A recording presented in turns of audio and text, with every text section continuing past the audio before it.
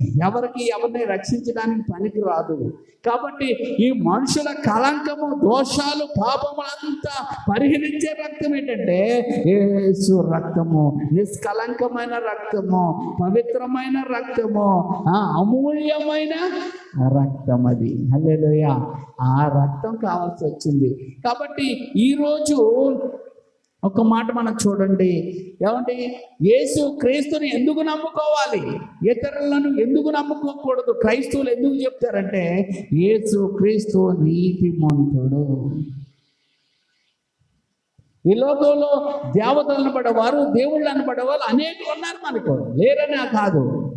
వాళ్ళు ఏమండి పుణ్యపురుషులు లేకపోతే మహానుభావులు. ఒక ఆయన మంచిగా పరిపాలన చేశారు, ఇంకొక ఆయన ఇలాగే చక్కగా ఇలా చేసుకున్నారు.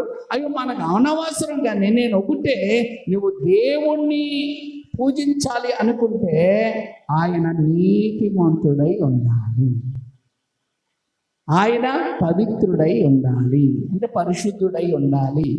ఆయన యొద్ద మనం నేర్చుకోవాలి. కానీ ఆయనకు మనం నేర్పేటట్టుగా, ఆయనకు మనం బుద్ధులు చెప్పేటట్టుగా ఉన్నాము అంటే ఆయన దేవుడు కాదు. అందుకే యేసుక్రీస్తు ఒక్కడే దేవుడు అని ఎందుకు చెప్తున్నామంటే, మేము కూడా అన్ని రకాల్లోంచి వచ్చి అన్నిటిలో ఏమున్నాయి? లోపములు ఉన్నాయి. కానీ యేసులో లోపము లేనివాడు. హల్లెలూయా.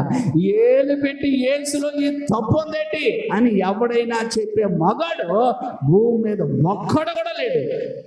యేసుక్రీస్తు ప్రభువారు ఛాలెంజ్ చేశారు. ఏమని చేశారు తెలుసా? నా యందు పాపం ఉన్నదని మీరు ఎవడు స్థాపించగలడంటే ఒక్కొక్కడు కూడా నోరు ఎల్లబెట్టిపోయాడు. ఎందుకంటే ఎవడు కూడా నువ్వు ఈ పాపం చేసావు, నువ్వు ఇచ్చేసావు అని ఎవడు మాట్లాడలేకపోయాడు. అందుకే ఏమీ మాట్లాడలేక ఏమండి గుడ్డ కాల్చి ముఖం మీద వేసినట్లుగా యేసు క్రీస్తు మీద ఏం చేస్తున్నారంటే నిందలు వేస్తా ఉన్నారు. ఏం చేస్తున్నారండి? నిందలు, అవమానమైన మాటలు ఈ లోకం మాట్లాడుతూ ఉంది. యేసు క్రీస్తు 3 మేకులు పీక్కోలేకపోయాడుగా. 3 మేకులు పీక్కోలేకపోయాడా? 3 మేకులు నీటి మీద